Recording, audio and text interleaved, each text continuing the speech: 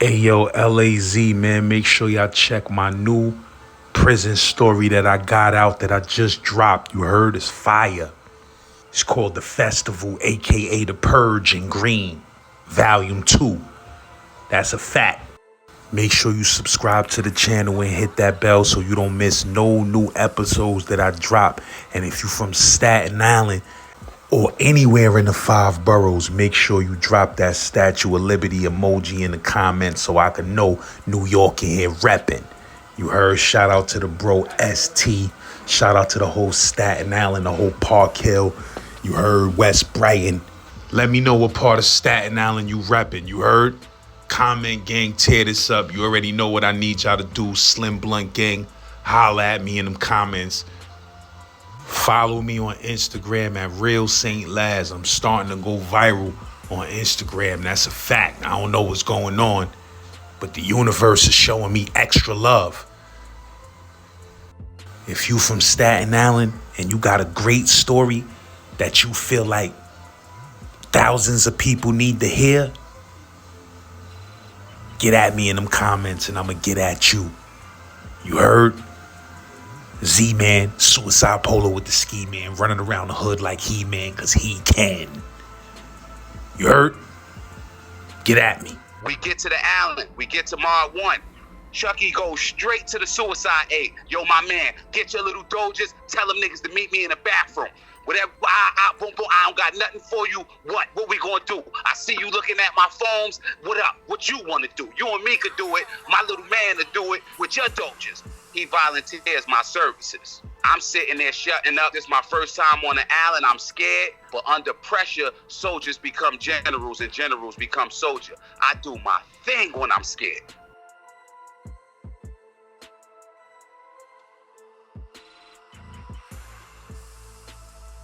When dudes was cutting the little area in front of their zipper and stuffing that or whatever. So I got whatever stuffed in there. I got it all in my little shopping mall.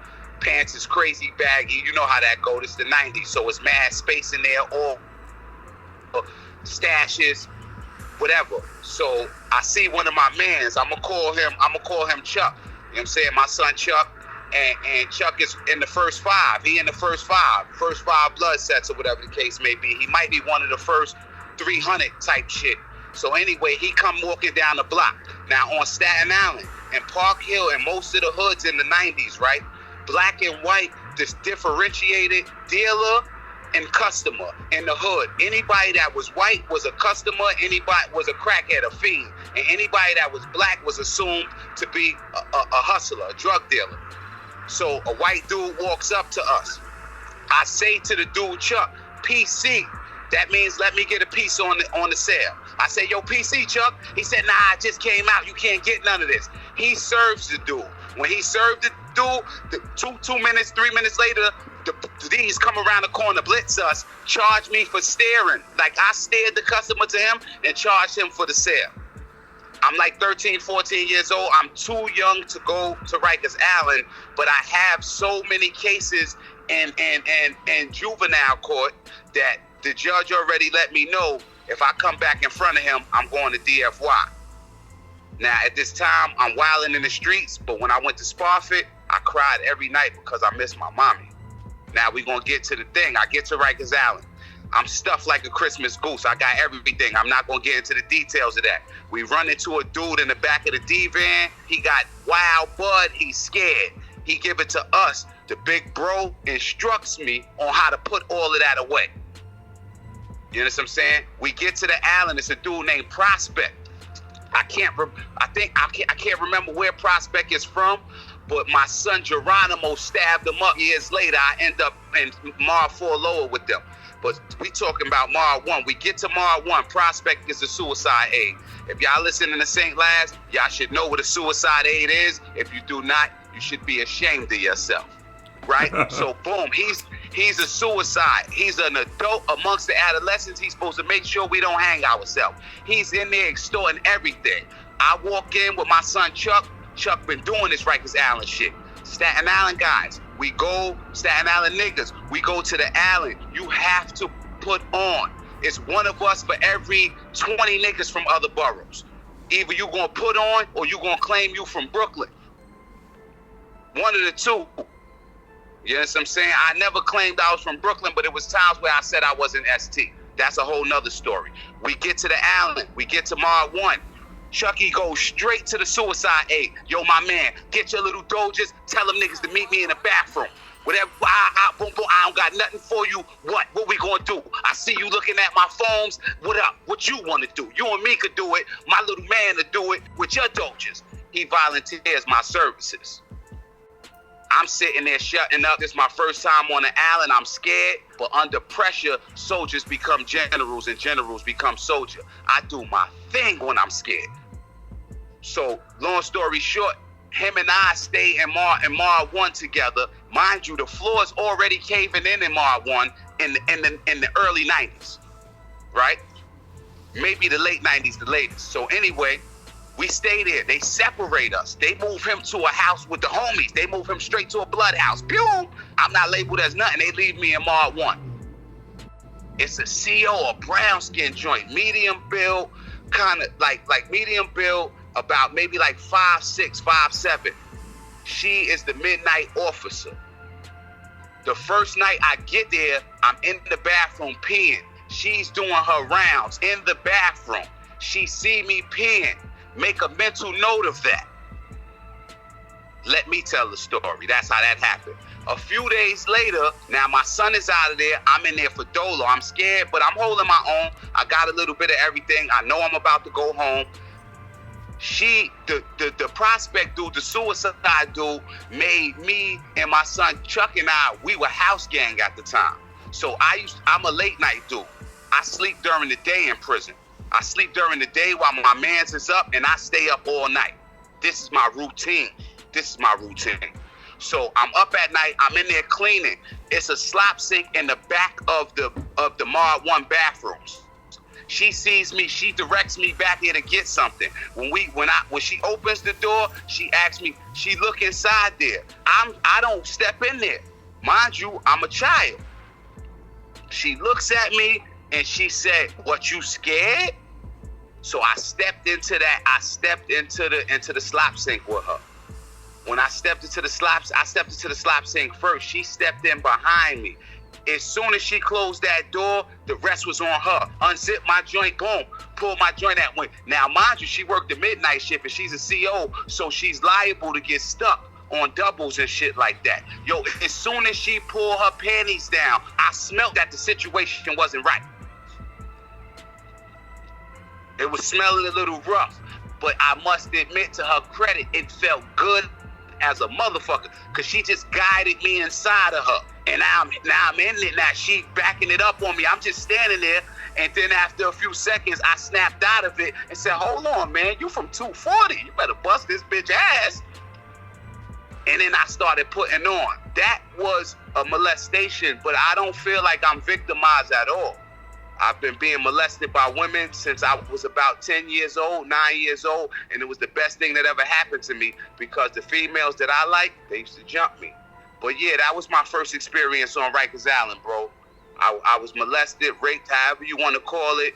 I remember vividly what these streets did to me, so I'm not sure if I'm crazy or not, because in some cultures, it's acceptable for different age differences. And I was mature enough physically and mentally to handle those sexual encounters. And it actually helped me. I don't know. Maybe somebody smarter, maybe someone with some PhD or something could help me understand what exactly is going on, because I really don't see anything wrong with what those women did. And I'm telling you, I've been doing this shit since I was 9 years old, 10 years old. You know what I'm saying? Now, let me ask you this. You said you was how old at that time? Because you had lied about your age and said you was 16, right? I think I was 14, because my birthday come late in the year. It's October, so October 3rd to be exact. So it was like 9-4, 9-5. It could have been 9-3 the earliest, but I know I was too young. I wasn't old enough. I wasn't 16 yet. But I knew that Judge Rienzi was going to slap me if he seen me in that juvenile court again.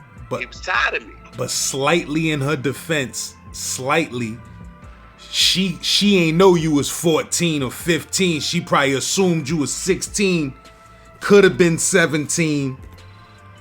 I'ma go, and I don't mean no offense to you, but I know that women are gonna listen to this, so I'ma say in her defense, when she see me peeing, she thought I was 33.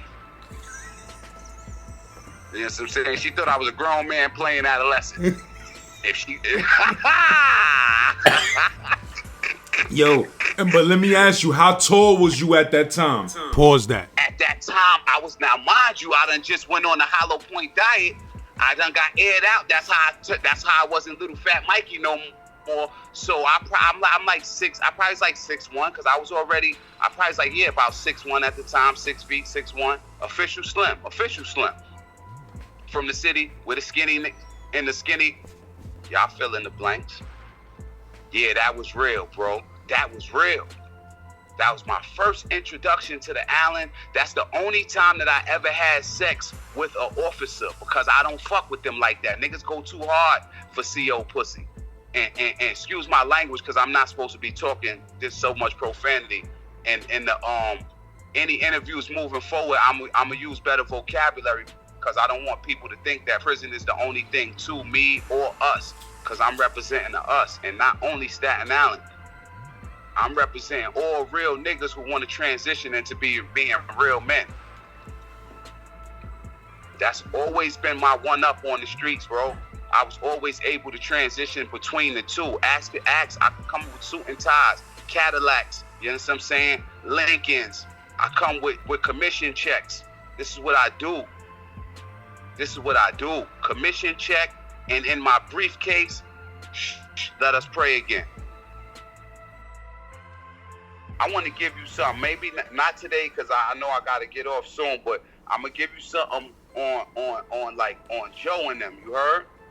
On Fat Joe and them, yeah, those are like the first real, and I don't mean no disrespect to nobody at this by saying this, because when I came up, I was taught about prison. I was raised to go to jail and prison. I was raised to do that, because niggas wasn't killing me, and it's one of the two. So I was raised to do my big, and being that I was somewhat of a nerd, I started studying German, you heard? Because that's all I heard dudes talking about that came home. Yo, these Germans, them German niggas be this, them Germans that. German is all Spanish. It wasn't no Dominican at this time. Anything lighter than a paper bag was Puerto Rican, straight like that. You remember that, Laz? It's a fact.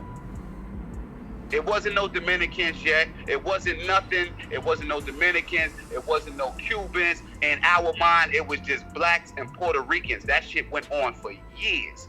It was so serious that Dominicans used to claim Puerto Rican. Please forgive me, y'all. Forgive me. I'm just going to tell the truth. Forgive me. Don't take no offense. I'm just saying, I'm just showing how culture has changed in the inside and the out over the course of my life. You remember Shorty Brolick from Hamilton Heights? Shorty Brolick? This dude is official bone gristle. You hear me? Latin King. Somebody was talking about him on the channel before. Yeah, Shorty Brolick. I got stories with him. I got stories with Rod Digger. I got stories with Brazy. I got stories with John. Who else? Bubba, Chappie, Smoke, Coogee Smoke. Come on. Yeah, I'm bro. talking about Darleno, Champagne. What's the chick name from the Bronx? Came to Staten Island just to lay her eyes on me. Big homie chick. What's her name? Damn, what's her name? She one of the first 5. I think she's the first the first bloodette. What the fuck is her name? Came all the way from the Bronx to lay her eyes on me. And I think she wanted to lay something else on me. Damn. I'ma find that for you. But she's classic. She's official. Official like real prison culture. Gang culture. You know? Now we have gang members. We have people that are no longer gang bangers. They gang members. This is their life. People that was born into it and never had a violent bone in their body. This is what has become of New York. You heard what Sticky said. We don't throw gang signs in New York. We just be on some. Yeah, man. Shit done changed. Yeah, and it's gonna continue to change. The question is for the better or the worse. You know, the youth A lot of people that have children have prepared their youth for a world that doesn't exist. Prepared them for dangers that are only captions of our memories, of our experiences. They not experiencing the stuff we went through. Our parents prepared us for something that, all right, most of the people now, they preparing their children for some shit that the children is in a whole different world than what they was prepared for. And they crippling them by doing that. So the last thing I'm going to say to everybody out there that'll listen to somebody that's not their parent, because a lot of y'all is like that, you hear me? You don't have to be a real nigga. You can be a real man and make out better. Y'all, love y'all in the mighty name of Jesus. If I ever did anything to harm you, if I'm offending you now, please forgive me. But I can't afford to concern myself with people's feelings right now. This is serious business. I miss Dre. I miss Boo Boo. You hear me? I miss them. I miss Gabby. I miss people. I'm in debt to dead people, y'all. I'm not trying to offend y'all. I'm paying my debt to those who can't speak for themselves. I'm one of the gatekeepers. I know the truth.